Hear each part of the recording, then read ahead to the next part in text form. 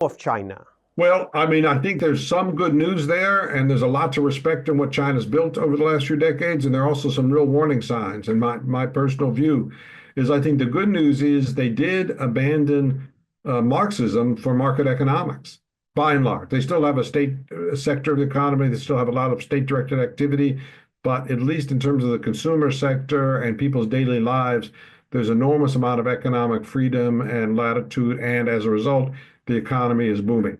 So I would say that is fundamentally good news.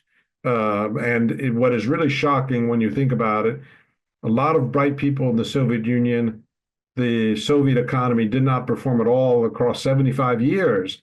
And nobody in that system made this point that, look, it's not working. We ought to experiment with some other mechanism. Right. So Deng Xiaoping, to my mind, gets enormous credit for seeing the system isn't working and having the courage and the leadership to move. But nobody in Cuba has made this point. Nobody in North Korea has made this point.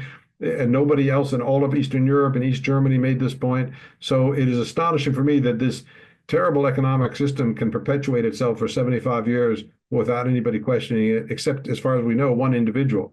And he pulled China toward market, and good for him. So that's sort of the good news, if you will.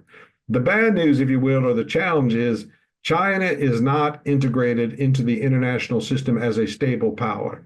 I think it is an assertive power, maybe even an expansionist power, but it is not a stable power in terms of fitting into what the goods of the international system have to offer. And some of its trade policies, not all, but some of its trade policies are predatory and violate anti-dumping laws. And I've had this conversation many times with friends in Beijing, that you in Beijing are putting your own success at risk by not respecting market economics, because to the extent you're viewed as opportunistic or predatory, you are empowering your enemies in other countries.